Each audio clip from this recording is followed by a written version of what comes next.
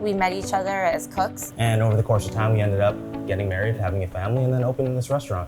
When we opened, we didn't even take reservations. Operationally speaking, that's not really great for us.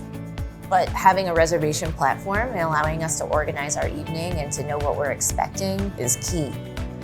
How OpenTable helps us as a small mom and pop owned restaurant is it gives us the feedback that we need so that we can kind of focus on being chefs.